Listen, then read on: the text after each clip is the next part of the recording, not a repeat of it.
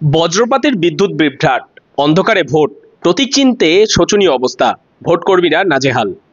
বজ্রপাতে বিদ্যুৎ বিচ্ছিন্ন দেউলি অঞ্চলের নারকেলডাঙ্গা গ্রাম, ভোটদানে অসুবিধা ভোটারদের। বনগাঁ লোকসভা কেন্দ্রের হরিণঘাটা বিধানসভার অন্তর্গত চাকদা ব্লকের দেউলি গ্রামের নারকেলডাঙ্গা 47 নম্বর বুথে বিদ্যুৎ না থাকার জন্য ভোট দিতে অসুবিধা বহু ভোটারদের অভিযোগ, অন্ধকারের কারণে প্রতীক বুঝতে উঠতে পারছেন না তারা। কিছু সময় আগে ঝড় বৃষ্টিতে বজ্রপাতে বিদ্যুৎ বিচ্ছিন্ন হয়ে গিয়েছে ওই এলাকায়, ফলে এই সমস্যার সম্মুখীন হচ্ছেন সাধারণ ভোটাররা। অপরদিকে ভোটকর্মীরাও নাজেহাল এই অভিযোগ শুনতে।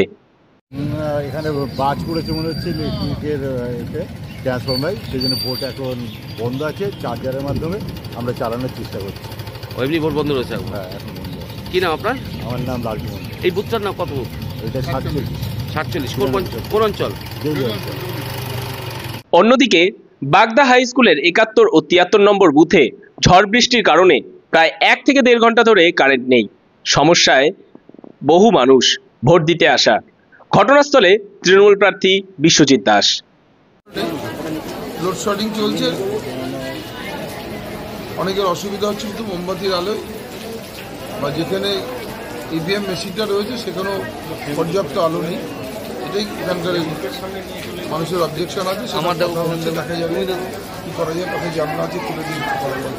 কতক্ষণ ধরে কারেন্ট নেই এখানে কি শুনলেন? ঝড় বৃষ্টির সময় ঘন্টা 1 ঘন্টা মতো ভোট চলছে।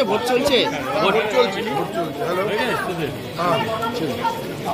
উল্লেখ্য, সমগ্র বনগাঁ লোকসভা এলাকার বিভিন্ন স্থানে আচমকা বজ্রবিদ্যুৎ সহ বৃষ্টিপাতের কারণে ভোট কক্ষে সাময়িকভাবে ব্যাঘাত ঘটে ভোটদান প্রক্রিয়ায়।